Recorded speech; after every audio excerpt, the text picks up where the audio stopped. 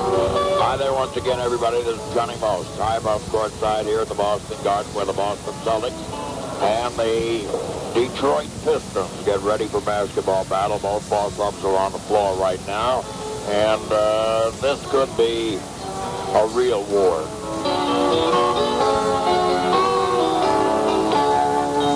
For 37 years, he's been a fixture glued to his Boston Garden seat high above courtside. Tonight, in halftime ceremonies, a microphone will be permanently affixed to that site, representing his accomplishment as the longtime voice of the Boston Celtics. Good evening, everyone. I'm Glenn Ordway, and for the last 9 years, I've had the pleasure of sharing that microphone with this man, who is as much a part of Celtic tradition and folklore as Red, Russell, Coos, or the Leprechaun. Call Johnny Most cantankerous, or call him outrageous, call him loyal, call him unique. It all adds up to a broadcasting legend.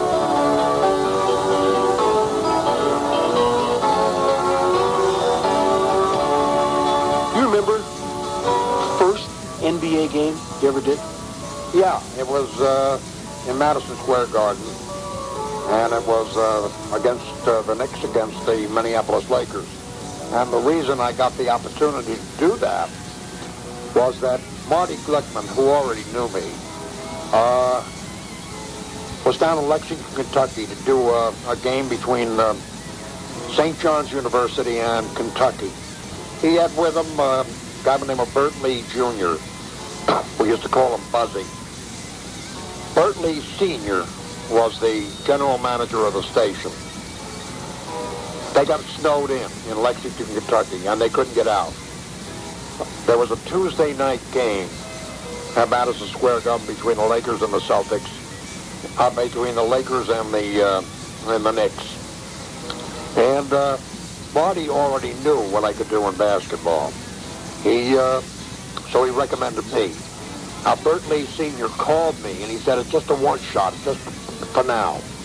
Well, I want you to do the Laker-Knick game. So I agreed to do that one night, just one night. At halftime, the engineer said to me, the boss wants you to call him first thing in the morning. So I called Bert Sr. first thing in the morning. He said, look, nobody knows this yet, but my son is going into the Marines or the service of any kind, some kind. And he's going to be gone for a couple of years. Do you want the job? So I said, certainly I want the job. So I got the chance to work with the Knickerbockers and Marty Glickman for 2 years. When he came back, I had to look for something else because he wanted that job back. He could have had any job at the station if he wanted, but he wanted that particular job back. But I didn't quit until after I had called Red Auerbach, whom I had met through Marty, and said to him, is the audition still open? They were auditioning people to replace Kurt Gowdy, who was phasing himself out of the Celtic broadcast because his workload was so heavy. He had so many things that he had to do. He didn't want to leave Walter Brown stranded. So he said he would phase himself out, and once they found the right guy, you know, he would say bye-bye. I took the audition. It was the finals. They put me right into the finals. When I went up to New London to meet the team, strangely enough, the team that they were playing that night were the New York Knicks. And I did the game, and after the game, Red said, come back to the hotel with us, and I'll call Walter. He called Walter Brown, and Walter said, cancel the audition. This is the guy. He'll do the rest of the exhibition series. So I did the other 6 games as well. I won the audition on that one game. They asked me how I knew my true love was true.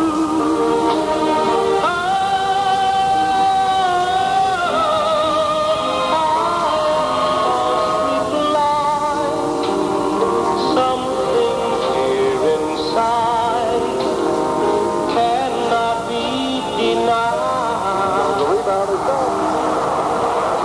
117-97 to score. Auerbach is lighting up the cigar. On the right now, Green with the ball. Starts to go through. Ramsey fields it. It's picked up by Russell. Russell coming down the floor. Holds it. Way up in the air. He holds it over his head on the left side of Cousy. The crowd is just up and stampeding. Still over a minute to play. Sam Jones, a jumper. No good. The rebound by Ramsey. Brings it back out. 1 minute to go. Boston way up front by 20. Pull it past the sun. You rattle my brain. Too much love drives a man insane. You broke my will, but what a thrill. A great exhibition of basketball by the Boston Celtics today, as they are on the brink of their second straight World Championship, the third in the last 4 years. Casey Jones, who did not play, and Gene Guerrilla, who did not play yet, are coming into a ball game. Get the ball up. Comes all the way through. Gets to Guerrilla, who drives no good. The rebound by Guerrilla, no good. The rebound forced forward, one in the corner. Sam Jones gets it. Back underneath the Guerrilla, back out to Heinsohn. Lays it up and in. 122 to 103. And the buzzer goes off. It's all over. The Boston Celtics are once again the world champions. Boston leading by 2. Wow. Boy, oh boy, the shot now by Heine is good. 110 to 107. Boston leading by 3. Barnett, he's dangerous. He's on the right. He starts in. He stumbles. He recovers. He's searching it. No good. The rebound by Russell, and he gets tied up for some ball. All night long, it's the Was in such a big factor right here in the clutch. The shot is up and good by Heinsohn. 111 to 107. Boston leading by 4. Now the shot is up and no good. He gets the bonus try. 10 seconds left to go in this ball game. Tom Heinsohn at the line. Bouncing the ball. Is he going to make it? He does. 112 to 107. And the Celtics are on the verge of their 5th consecutive World Championship. West with the ball out on the right. He takes the jumper. It's no good. The rebound by Baylor is up and good. 1 second left. And Cousy got the ball. He throws it straight up in the air. It's all over. And there they go. They've won it again. In 6 games, the Boston Celtics win the world title. For the 5th consecutive time, for the 6th time in the last 7 years, they have done it again. The world champions for the 5th consecutive time. The final score, Boston 112, Los Angeles 109. Russell driving to the hoop and he stops it. 30 seconds left in the Celtics are in the verge of the 9th World Championship. Jerry West, 4 seconds left, and the lead is down to 2 points. All right, Casey with the ball, gets surrounded, 1 second. That's it. It's all over. Havlicek got the pass, and he gets mobbed. It's all over. That's the final score. The Boston Celtics beat the Los Angeles Lakers 95 to 93. Girl, we couldn't get much higher. Come on, baby, light my fire. Come on, baby, light my fire. Try to set the night on fire. Steals the ball, 1 second. And he misses, and that's it. It's history. The Boston Celtics have won the World Championship in 1974. The final score here at Milwaukee. Boston 102, Milwaukee 87. Smoking in the boardroom. Smoking in the boardroom. And the series is over, and the Celtics have won the World Championship 87-80. That's the final. Oh, my goodness. The final score here at Phoenix is Boston 87 and Phoenix 80.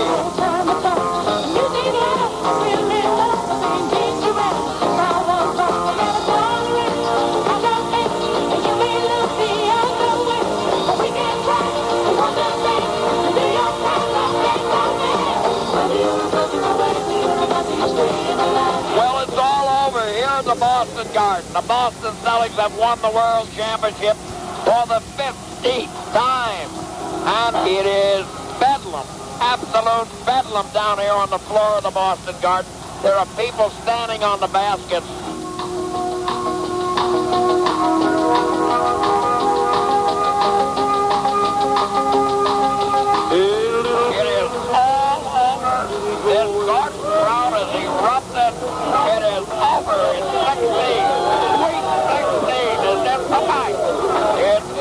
the back, the Boston Celtics are the world champions for the 16th time. And they have shown the world how great a ball club they really are.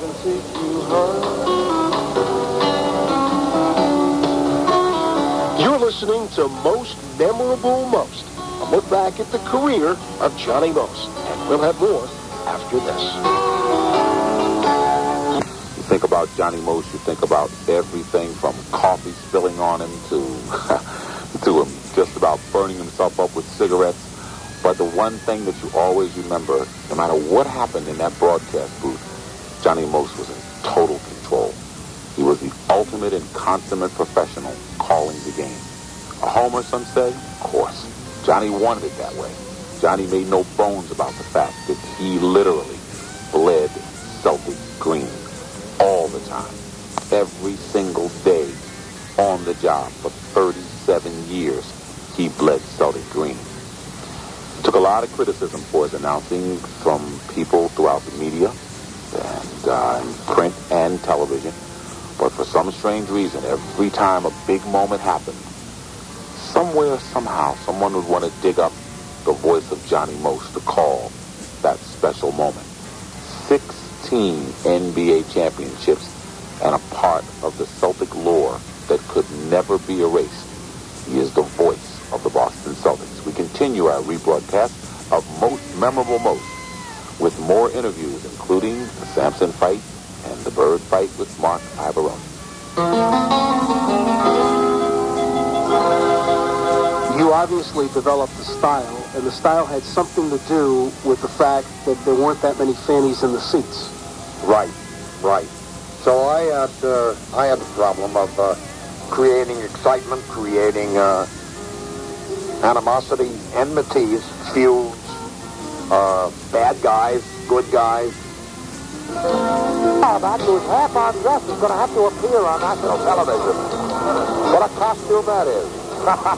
With a cigar, tie open, no coat on. You had, obviously, that tendency to come up with nasty nicknames for the opponents. Did you really hate the opponents that much? No. Was it all a put on? There have been a couple of guys that I really would not invite to my house for dinner. Well, we can talk about them. I remember a couple of them along the way. But you take, for example, one of the more attractive nicknames I had, negatively attractive, were the Hatchet Brothers. Very attractive. With Bobby Jones and Steve Mix. And Steve Mix I didn't really care for that much until after he had quit. We became somewhat friendly. Nice man. Huh? Did that make you feel guilty? When you would call these guys all these nasty names and then suddenly you'd get to know the person and say, you know, that guy's a pretty decent guy. No, it didn't make me feel guilty at all because I was describing them that way because they weren't decent on the court. They were trying to beat us. The good guys and the bad guys, the black hats against the white hats. Bobby Jones is a perfect gentleman. I always realized that. I always knew it. I always liked him personally. Take, for example, Wayne the Wall. He was like a muscle man, a gorilla before he came to the Celtics. Suddenly became Wayne the Wall. Paul Silas, when he was with Phoenix, when he was with the Hawks, he was the linebacker. With us, he became Tall Paul. Out to Costello. Costello to the right. Now to Jackson. In the pivot over to Chamberlain. Chamberlain goes underneath, and he got fouled by K.T. Jones. And Chamberlain swings at an imaginary object. He walked off the court, and I think he belted the support.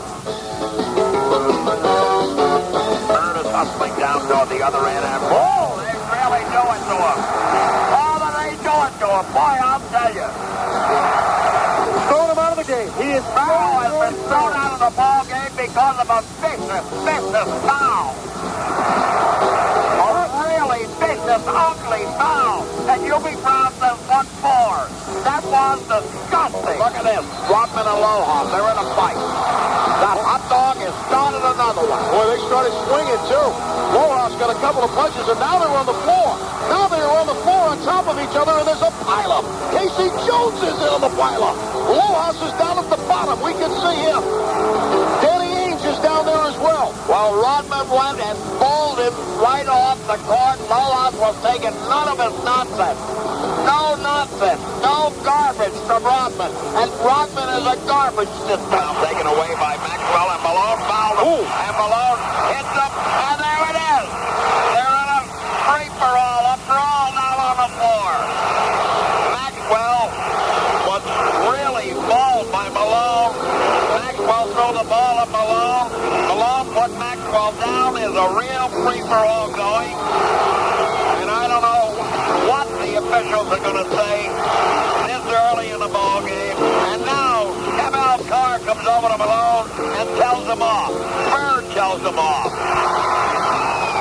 An unnecessarily rough play by Malone, and Maxwell objected. We were having such a good time, baby. Oh, yes, we were. Now Ivoroni and Bird. There they go. Ivoroni and Bird are mixing it up. As Ivoroni pulled one on Bird, and Bird came right back at him. Now Malone warns Bird, and Bird says, come on, let's go. Let's do it. Now Bird is talking to Malone, but Bird wants Malone. He wants him badly right now, and everybody is over there in front of Bird to keep him away. 54-33. Bird, a three-point attempt that's no good. It's picked up off the floor by Olajuwon.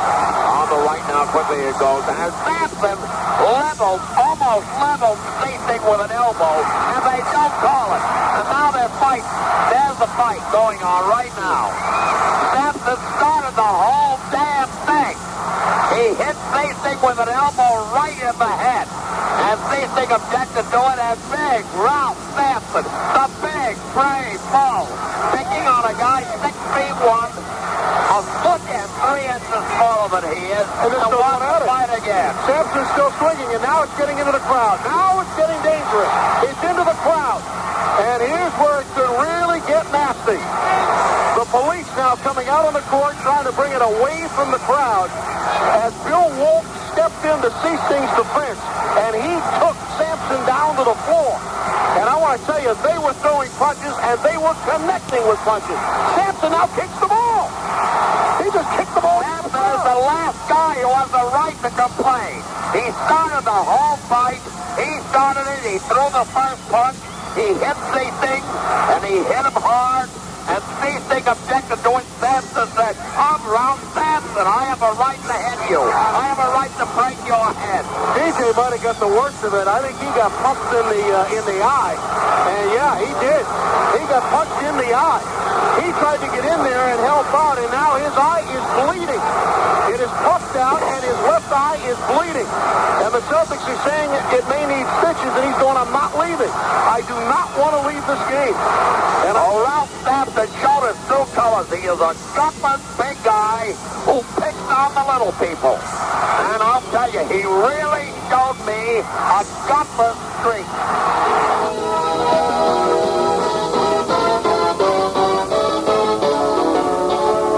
We'll continue with more of Most Memorable Most. Look back at the career of Johnny Most after this.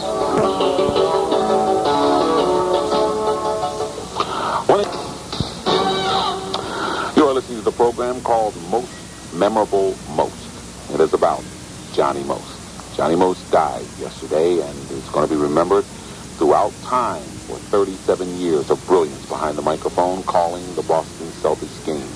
Johnny Most gone, but certainly not forgotten.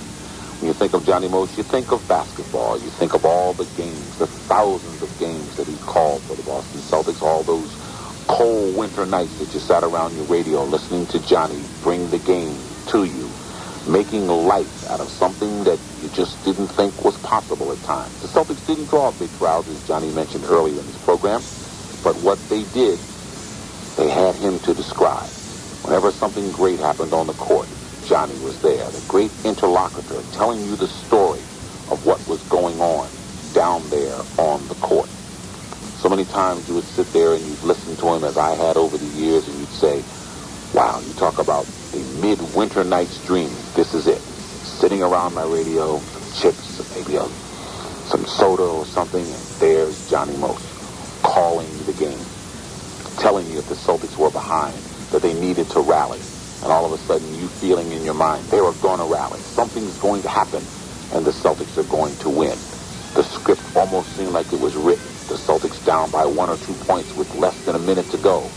Somebody would steal the ball, whether it be Hondo or Sam or Bill Russell. Somebody would come up with a big shot, Sam or Hondo or Tommy Heinsohn. Something would happen that would tell you the Celtics were going to win. But you talk about Johnny Most, the announcer. He was more than just a basketball announcer. He announced football. And yes, even hockey, along with baseball. But you think about hockey. You rumor about hitting the post in a hockey broadcast. Johnny broadcast the game with the Hall of Fame hockey announcer Bob Wilson. Includes sound, language of the game, diddle and diddle, tricky dribbles, bang, switch, etc. Listen.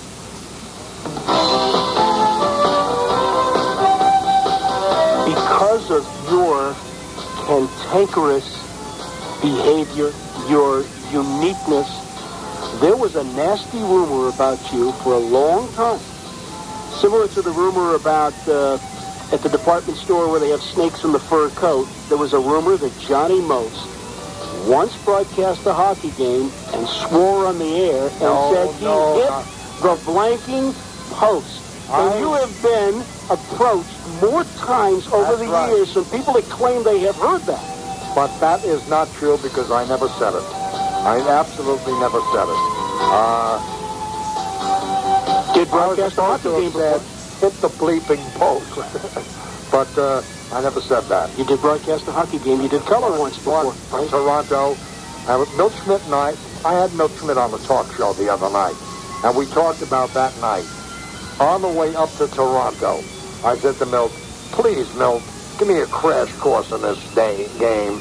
And I said, give me the parlance, the nomenclature, the language of the game so I can bluff it. Because I think Fred Cusick had hurt himself, and he couldn't broadcast that game. So the station, we both worked for the same station, sent me up to broadcast it. But Milt doesn't remember my saying it, doesn't remember ever hearing it. No, I've talked to people, and nobody has ever been able to confirm that it was ever said. You did broadcast a game with Wilson one time doing the color. I did color with Bob. First man he wanted to go with was Bobby Orr. As they started to skate away after the horn, he went verbally with Orr, and then Gary Doak came skating down into the thing, and so we were going to have one there for a moment, but the officials got on. I had them dribbling the puck. Were there any fights in the game? Yeah. See, you like that, though. You enjoyed that. Yeah, I enjoyed that because I was in my element at that point. Sam, tricky dribble. Sam comes to the left. On the left it is Rivers. Rivers fiddling. DJ fiddling and diddling outside. DJ fiddling and diddling. On the left it goes to Bird. Underneath now on the roll. The McHale is good. Perfect. The language that you injected into this game of basketball, the fiddle and diddle. When did you first come up? What night did you suddenly say to yourself, I got a nice little term, fiddle and diddle? No, it popped into my head. Maurice Cheeks was going from left to right to left to right in the backcourt, and he was trying to find something to do, and he didn't want to give up his dribble. So he dribbled to the left, he dribbled to the right, he dribbled to the left again, and I said he's fiddling and diddling. And a couple of newspapermen thought it was very funny, and they came up with it, and they mentioned it the next day. So I said, hey, they like it. I'll keep using it. That's where it was from Maurice Cheeks. It was that late in your career? Maurice Cheeks? Yeah. You never used it back in the old days in the 60s? No, that was, I guess, around the 70s sometime. Mm-hmm. And then you added daddle and doodle. Yeah, I did that, true, because you couldn't say fiddling and diddling and fiddling and diddling and fiddling and diddling, so I daddled and doodled. How about, the bang and stop and that was right from the beginning. See, Marty Gluckman had given me Swish. And I said, well, I ought to be more innovative and inventive, and I ought to have something of my own. Now, when a guy takes a real long shot, and it's in midair, there's a lull right there. Everybody's holding their breaths. And when it goes in, you go, Bang! Bang! He got it right back, 106, 102. All right, JoJo. Coming around to the left, Boston leading by 2, 122 to 120. Less than a minute to play now. Havlicek back to JoJo. Bang!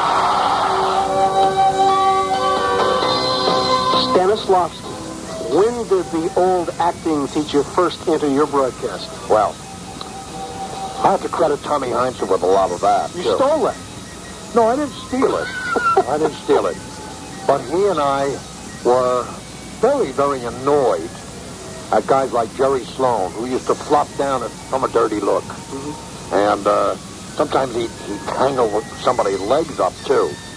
And we were talking about that, and we were saying he goes to the method school of acting, and because he used to fall down from a dirty look. I mean, he was the guy that really perfected that art.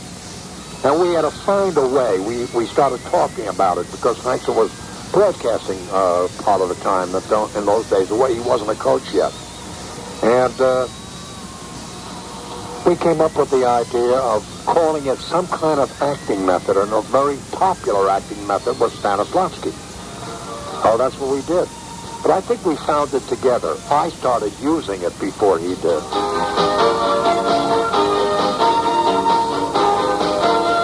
Most memorable most. A look back at Johnny Most career. More after this. What goes into making a legend? You thought about that in your mind? Have you really sat back and thought about what establishes one person above the next for greatness? I guess one of the greatest criteria would have to be longevity. Consistency in longevity. To be great so many nights, to have very few off nights. I can't remember Johnny Most having many off nights, if any. It's a man that showed up to work and to do his job every single night with the great passion that it takes to do something that you truly, truly love. Johnny Most loved the Boston Celtics. Johnny Most loved basketball, probably even more. He thoroughly enjoyed the game, the nuances of it, from rebounding to passing to dribbling to the ultimate of putting the ball in the basket. He knew the game inside out, from college to pro. But his special niche was a team that wore green uniforms, the Boston Celtics. His life, his love, his passion. All during that time of 37 great seasons, there were other problems off the court. There were other things he had to deal with. But every time he sat in the big seat and that microphone went on, he was ready to do his job. Cups of coffee, cigarettes right by his side, intertwined with the calls, talking about family problems and the resurgence with the Bird era.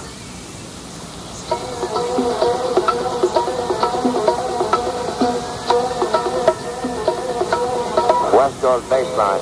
Lays it up. It's no good. Rebound Knowles. Down court to Casey Jones. He drives. He's halfway in. On the left now to Sam. He drops it, picks it up, drops it again. Cut to Havlicek. Jump shot. Good. And Boston leads by 22 points. Woo-wee. As the Celtics laying it on. Walt Hazard to the right. Comes to the sideline.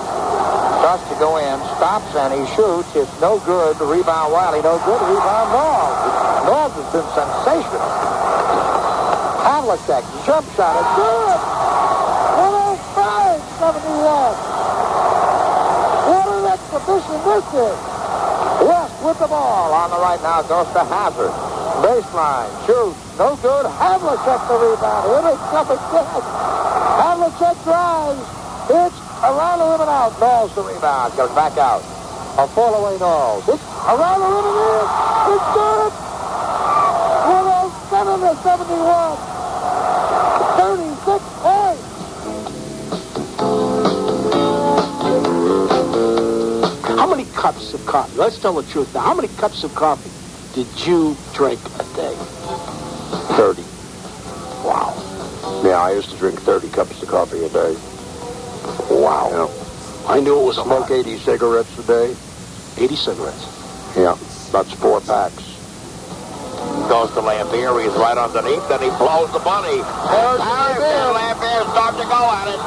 Here they go. They're at it. The fight is on.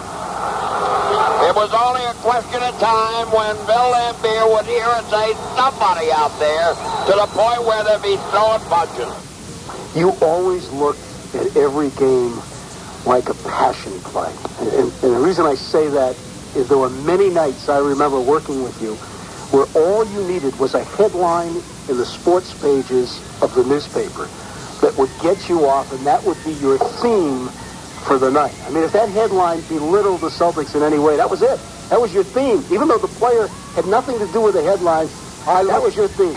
I always look for that because I'll tell you something. The other media have a tendency to do that. Really. They belittle the opposition.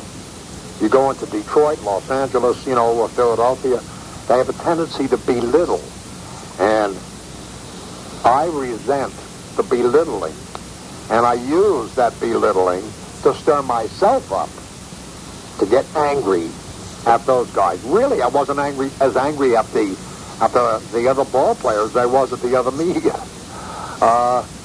Because they would belittle us. They would belittle us. And I would take that belittling and make it work for my broadcast, to give me the passion, the fire, the brimstone, and the anger. Havlicek bringing the ball up. Top of the circle. On the cut to JoJo. Lays it in. Another JoJo White spectacular. Dynamite Don. Dip, shoots, and gets it. 98-94. Only 18 seconds left to go in this ball game. He dips. He shoots. It's no good. Solid the rebound. Back out now to Nelson, and a foul on Shaw. And Nelson will go back to the line, and Shaw is out of the ball game. Bang down as Bacon keeps it alive. Hard gets it. On the cut to Kabuski. Lays it up and in. A tremendous play by Kabuski. He saved the first rebound, got it to Hard, and Hard gave it back to him. What a play by Kabuski. DiGregorio on him tight. Back out to Scott, now to Stakem on the right. How deep it goes quickly over to Kabuski. Adams on him tight. Steve wants to drive. He's got the drive. He goes in, lays it in. And he goes down. A great play by Kabuski. What a drive by Scott. Ben Joseph on the check. He's coming around to the left. The shot is good. The shot is good, and that's it. Ball game's over. The shot is good. The shot is good. They say there's 1 second left. They say there's 1 second left. The Celtics went into the locker room. They got to come back out. I think there's another second left on the clock. Wait a minute. They've just discovered that Phoenix took too many timeouts, and a technical foul has been called.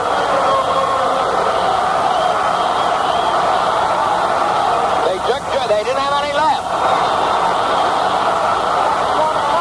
And they'll get the ball out of bounds on the end line. The shot is good by JoJo White.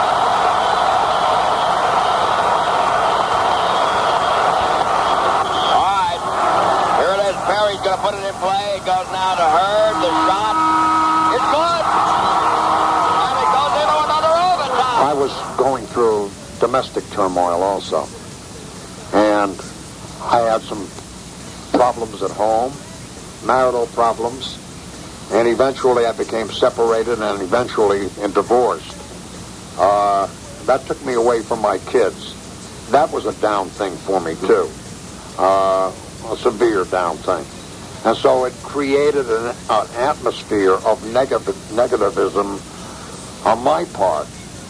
And I tried, like the Dickens, to make some of the writers, and most of them did, understand what I was going through.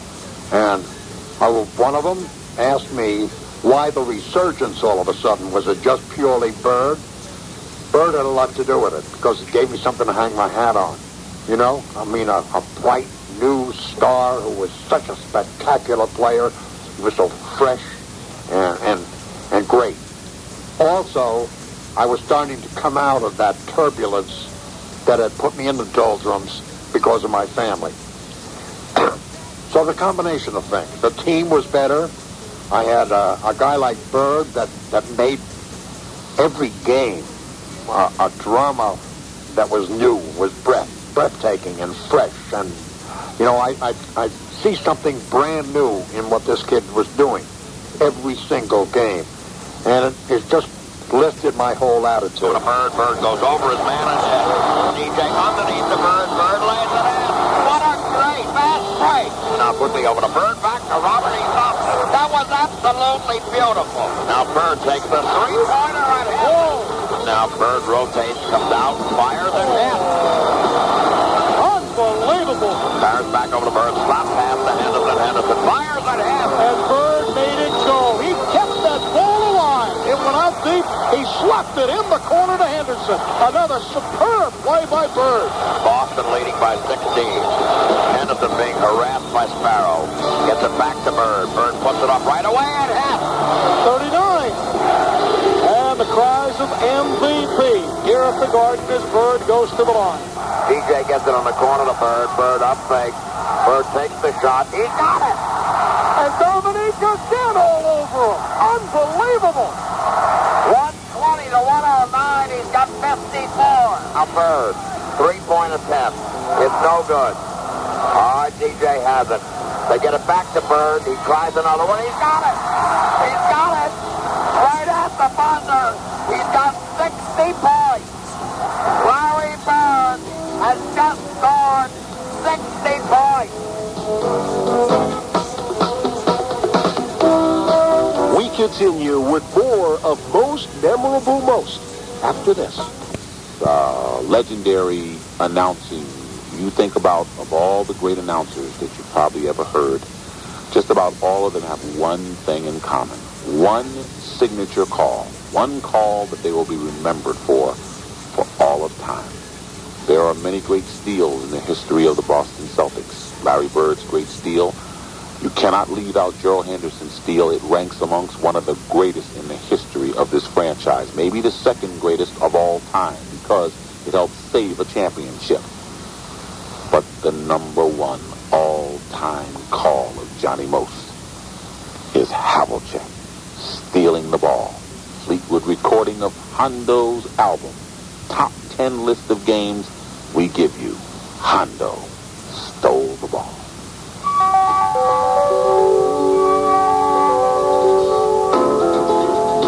Let's talk about Havlicek stole the ball because that night really, changed your career. Well, it didn't change it. It just brought more attention to it. But John and I have gone around the country saying that we made each other famous. I have a feeling that he would have been famous anyhow. All right, Greer is getting ready to put the ball on a play. Goes into Chamberlain. Chamberlain turns and stuffs the ball. There are 5 seconds left. Now Russell is... He loses the ball off the support. Russell lost the ball off the support. And Boston's only leading by 1 point.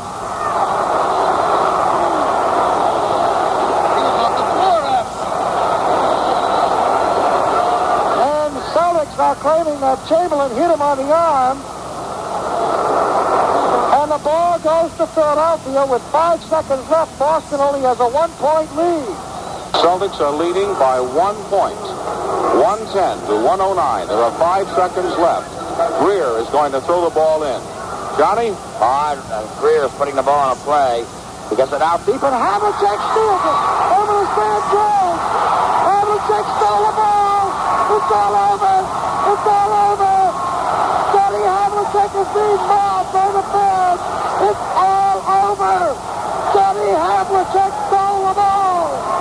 Oh, boy, what a play by Havlicek at the end of this ball game. Johnny Havlicek stole the ball on the basket. Oh, boy, what a play by Havlicek. A spectacular series comes to an end in spectacular fashion. John Havlicek being hoisted aloft, yells and raises his hand. Bill Russell wants to grab Havlicek. He hugs him. He squeezes John Havlicek. Havlicek saves this ball game. Believe that. Johnny Havlicek saves this ball game. The Celtics win it. 110-109. We'll be back with our wrap-up in just 1 minute. Obviously, you knew that night when that game was concluding and hit the guy wire, and then Havlicek made that great steal. You knew that you just broadcast an amazing finish to a basketball game. But did you ever envision that people 30 years later or 25 years later would be saying, would be doing impressions of Johnny Most when Havlicek stole the ball? I never thought that it would go this long. A year later, I was at a party, an election eve party. The station that we worked on at that time decided not to do the election night game. So I was at a party. The team was in Chicago. And I went to it wasn't a rally type party, but it was a party given in honor of one of the candidates. And, I won't say which. And there was a guy at this party that had a small recording company called Fleetwood. And I met him, and we were talking. And I said, very interesting that I should meet you here, because I've always had the idea that for the last 10 years, the Celtics have been so great, I would like to do a highlights thing. And I said, Red Auerbach thinks I'm crazy. John Day, from the station, thinks I'm crazy. But they're willing to let me do it and try it anyhow. Except that Red said, we want a piece of the action. And the guy said, I think it's a great idea. Do the Celtic highlights for all those wins and all those championships. That's how Havlicek stole the ball got started, at an election eve party. When you look back at all of the great basketball games that you have seen, you have witnessed, you have called, it's got to be impossible for you to even, in your mind, try to put a list together and say, these are the top 10. I can't tell you how many times people have come up to you on the road and said, what's your top 10? I know you will never give your all-time Celtic team, but must be impossible to come up with a top 10 list of games. You could probably come up with a top 100 list of games. Oh, more than likely. But I have some favorites that stand out, but not necessarily for reasons of excellent play, but more based on the fact that when they happened, why they happened, where they happened, so forth. Like one of my favorite games, of course, is Havlicek stole the ball. There's no question about that. One of my all-time favorites is the night that the Celtics, after finishing fourth in the Eastern Conference and giving away the home court advantage in every series they played, in Game 7 of the finals against the Los Angeles Lakers, we were handed sheets of paper before the game that said, when the Lakers win the championship, not if the Lakers win the championship, but when the Lakers win the championship, the UCLA band is going to march around the floor, the balloons in the ceiling, in the rafters, would be released, and champagne will be distributed in the back corridors of the forum. So, the Celtics won the championship, the balloons drooped, the UCLA kids were in complete confusion, and I ran down the back corridor, and I said to the security guard watching the champagne, I said, can I have a case of this? You won't need it.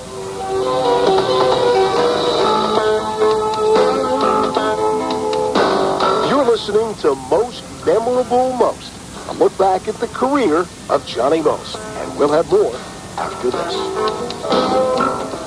A nuclear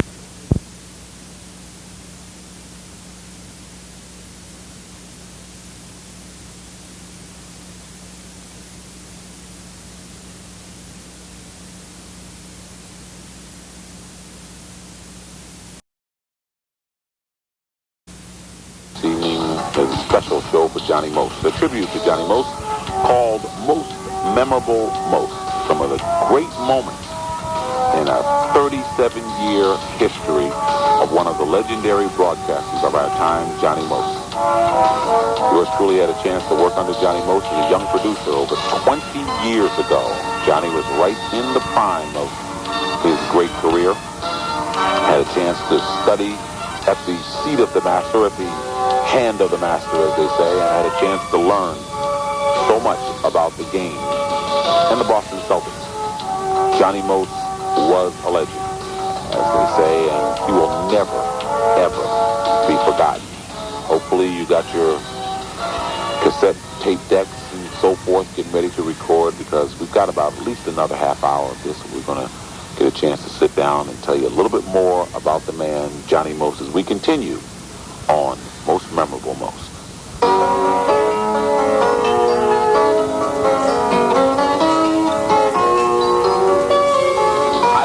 Everybody, this is Johnny Most. I am up courtside here at the Boston Garden for the Boston Celtics and the San Antonio Spurs get ready for basketball battle.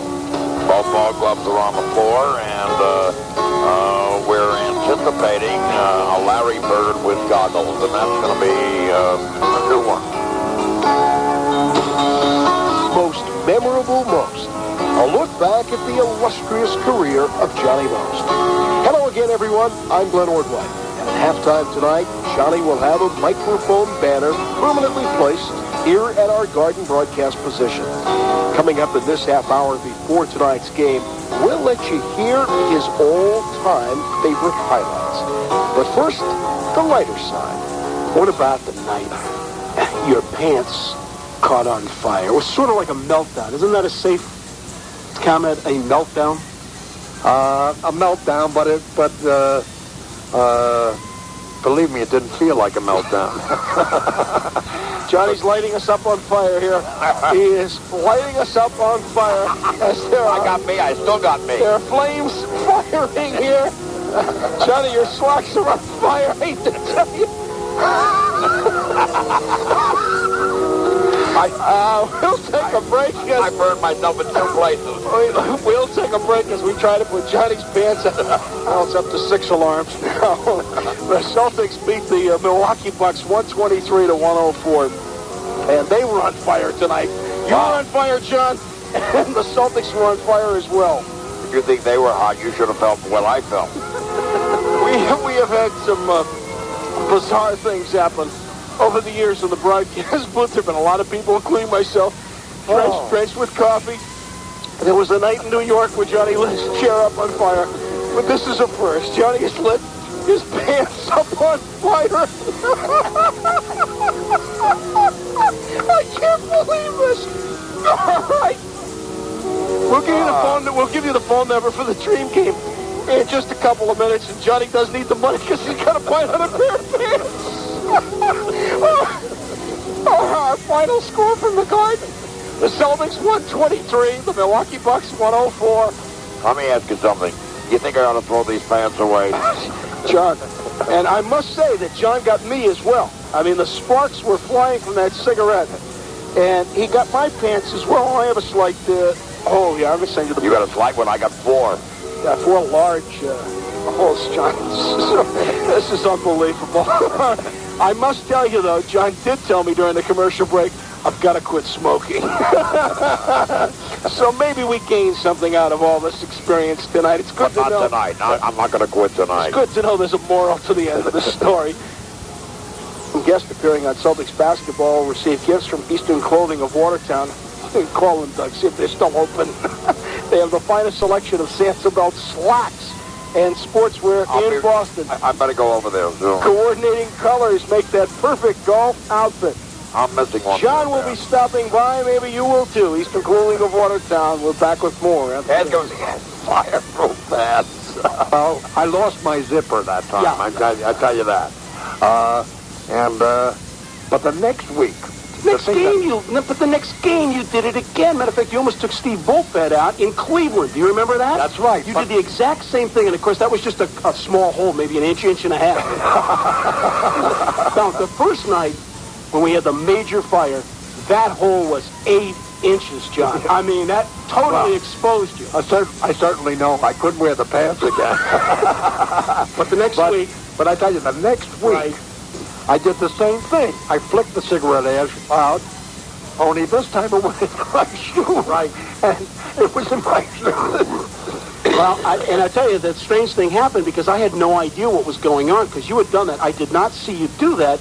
And next thing I know, your foot is just vibrating up and down and your knee is bouncing. And I'm trying to figure out, I thought you had to go to the bathroom. We're in the post-game show now.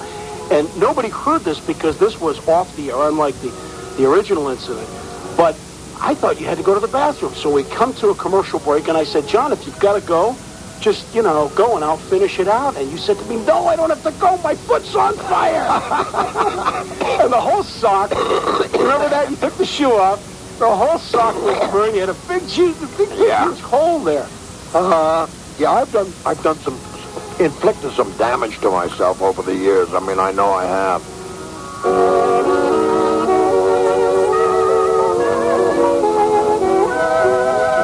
Most memorable most. A look back at Johnny Most's career. More after this. Happened at Booth. How many of us producers, as myself when I worked with Johnny, were doused with coffee or just about set aflame with those crazy cigarettes that he used to smoke, those English cigarettes. I hated those things. But somehow, some way, he still got it done. And through that puffball of smoke, you heard this raspy, incredible voice describing what was going on. And even funnier moments of Johnny Most spitting out his partial plate, the famous Yugo call. In 1959, I was broadcasting the Syracuse-Boston Eastern Conference Finals. And it was a Sunday. That morning, I broke a hook on my partial. I had a frontal partial, okay? 3 false teeth in the front. One hook broke, so it was kind of flopping and wobbling around. But it was a Sunday. I didn't have any place to go to get it repaired. So I had to work with it and hope that it would hold. Well, it didn't. It was a heck of a ball game. We were down 16 at the half. We're up 11 at the end of 3. Somewhere in that second half, I think it was in the third quarter, the partial popped out of my mouth. I caught it in midair. I said to Al Grenner, who was the St. Anselm's coach, but I grabbed it in midair. I said to Al, how's that for fast hands? Then there was the night we broadcast from Madrid, Spain. The Celtics against the Yugoslavian national team. On the right now, quickly it goes to, I'm going to have a little trouble with the names at first, Shvedikanen, and hits it. Toss ball from 12 feet. Now the rebound is picked up by one of the big guys. This one is D-Badge. Underneath, he lost the ball, but he gets it back outside to one of the little guards who misses the shot.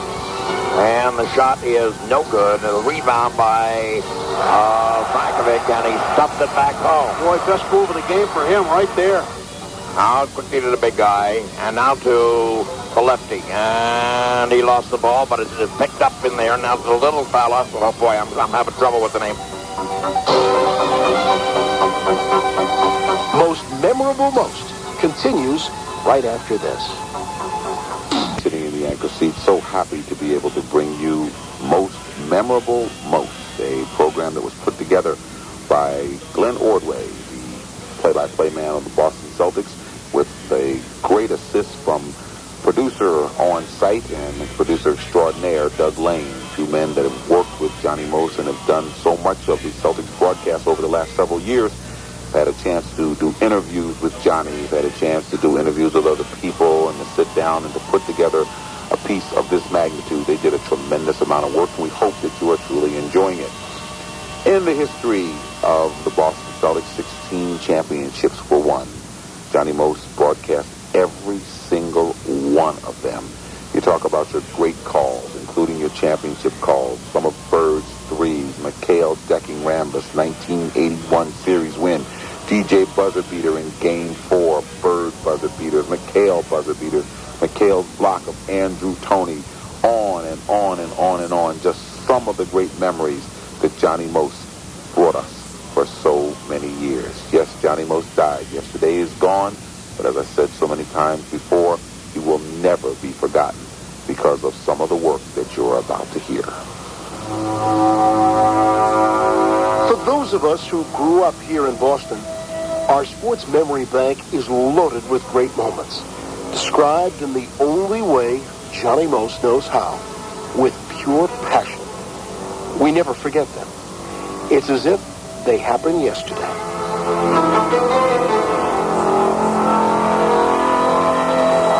seconds left, and the lead is down to 2 points. So, all right, Casey with the ball. Gets surrounded. 1 second. That's it. It's all over. Havlicek got the pass, and he gets mobbed. It's all over. JoJo. That's the third. Coming around to the left. Boston leading by 2. 122 to 120. Less than a minute to play now. Havlicek back to JoJo. Bang! All the three-point shooters are receivers as DJ is going to put the pass in. Crowd is standing up. It goes now to Bird. Bird goes up top. And a 3-point field goal for Bird. 4 seconds left. He hits it. And it's all tied up again. My goodness. It goes now to Worthy. Worthy he goes over to Rambis, and Rambis is decked. And he wants a charge. Oh, you don't dare touch him. You don't dare. He was really decked by McHale, and he didn't like it at all. Bobby Jones is going to put the ball to play. And the pass hits the top of the backboard, and it's over. It's over. It was an alley-oop flag, and Boston was down to Perry. They won 3 in a row. They came from 3 or 1 down, and they have won the series. It's all over. All right, the Celtics have the ball. Here's DJ bringing it up. It's down to 15 seconds. All right, Magic guarding DJ. Right now, there's a double stack, and Larry walks through the lane coming to the right. And he gets the pass. Goes into the lane. Jump pass back out to DJ. DJ throws on the top. It's gone, and no time left. It's all over. It is all over. And it's gone by DJ from the left side. It's all over. Boston wins the all-important 4th game. DJ is going to put the ball in a play. He's not being guarded. It goes to Bird. Bird up fakes. Bird takes the shot. It's gone! Oh, my goodness! I can't believe it! It is gone from the corner! Oh, my! What a magnificent finish to this ball game! Bird! Bird from the corner! Bird did it! He did it with no time left on the clock! It's 128 to 127. Three-pointer could be taken by Bird or by McHale. And gone. He hit a three-pointer. McHale hit a three-pointer. I can't believe that. The play was broken up. It was supposed to be for Bird. It was overthrown. McHale was right there and got the three-pointer. All right, now quickly it is Robert with the ball. 14 seconds left. Now quickly it goes over to DJ. DJ trying to get it into Bird. Bird is just being grabbed by Kersey. Now Bird swings loose. They get the body on him. He hits it anyhow. He hits it anyhow with 3 seconds left. I don't know how he did it. He went from left to right. They were all over him. And he hit it anyhow. 98-97, Boston leading by 1. Now goes to Bird. Bird loses the ball. Tony has it. 28 seconds left. Tony looks. Drops his head. Going is blocked by McHale. Bumps a little bit. Goes on the pick and roll. The ball is loose. Dawkins has it now. Tries to force it up, and it's no good. And Bird has the rebound. Bird's coming to the left. Stop and pop off the glass. It's gone. Boston leads 91-89. All right, McHale is between Bentham and Bird. And Bird pops out. Gets it on the sideline. Goes baseline. Throws it up and one. Larry Bird did it again. He did it again. Oh, my goodness. He did it again. He hit the runner from the right side, the baseline, and did it again. There is no time left, and this ball game is over, and Bird has won it again. again. No, Haynes has it. Haynes fires from the back. Oh! He hit that. A three-point field goal by Danny Haynes from about 70 feet. A two-handed heave at the buzzer. He hit it. He hit it. Just would not let the handoff be smooth. All right, now Powers picks off the cross-court pass. It goes to Haynes. And it's goaltending. Goaltending at Dominique. Came up behind. What a play by Robert Powers. But he gets it back over to Tony, and Tony holds the ball. And Burns steals the ball from Tony. Just took it out of his hand. Gets it over to Haynes. And that's it. It's all over. It's all over. A great steal by Burns right at the end of the ball game. A great, great steal by Burns right out of Tony's hand. Oh, my. Again. This time on defense, he saved this ball game. It was guarding Worthy, who was trying to put the ball on a play, and it goes quickly in now to Magic. Back over to Worthy, and it's picked off. Goes to Henderson, he lays it off and in. It's all tied up. A great play by Henderson. They threw a cross-court pass. And Henderson anticipated it and picked it off. Now there's a steal by Burns. Underneath the DJ, he lays it in.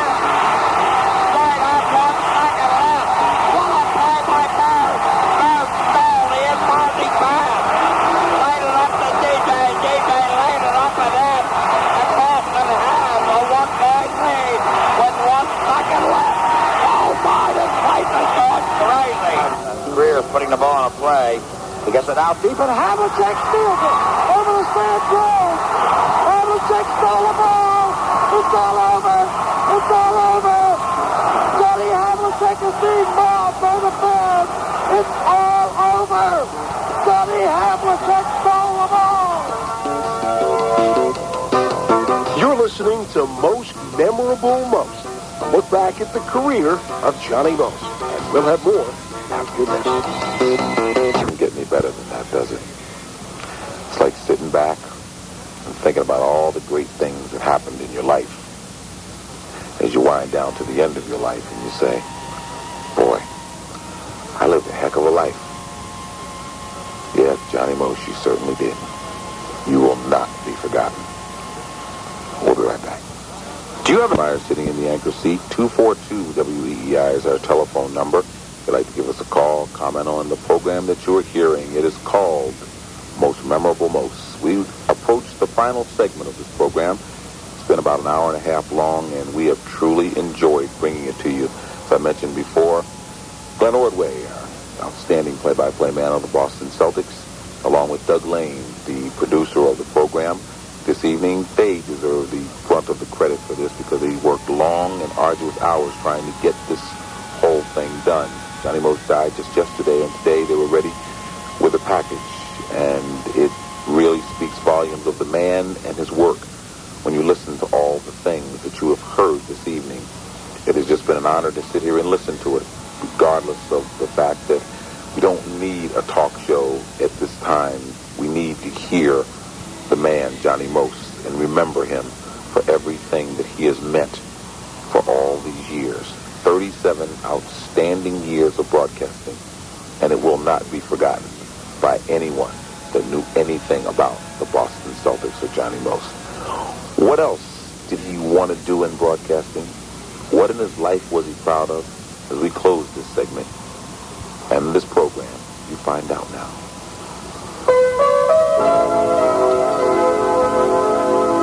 Was there anything else you ever wanted to do in your lifetime? I mean, when you started broadcasting Celtics basketball games, was there ever a place in your mind where you said, somewhere down the line, I want to do something different, or was that it? No, I think, so you remember I also started out doing baseball games for the Brooklyn Dodgers. And so I think I would have liked to have done a World Series, whether or not for one specific team or just a World Series. I think that would have been very, very nice. I think I would have really loved that. Also, a championship football game, like the Rose Bowl game or the Super Bowl game, I would have liked that. Every broadcaster who has done other sports besides his main thing wants to broadcast the ultimate the championship, the big one. You all do.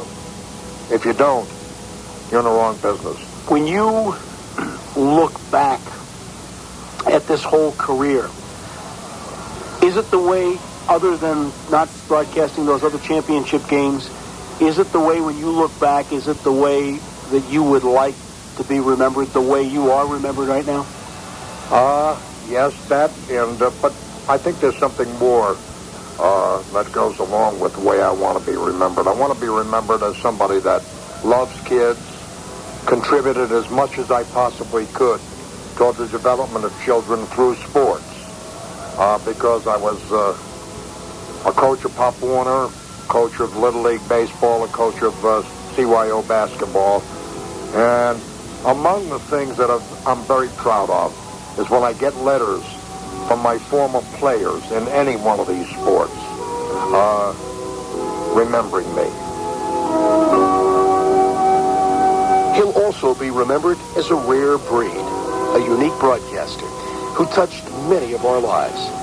And years from now, generations from now, people talk about great Celtic moments like Havlicek stole the ball and Henderson's heist on the Lakers, or Bird and DJ's dismantling of a Pistons dream. They'll convey these moments in a raspy, scorched voice, because that's the way they were told to us. Most memorable moment. We hope that you truly enjoyed it. Let's go back to the phone.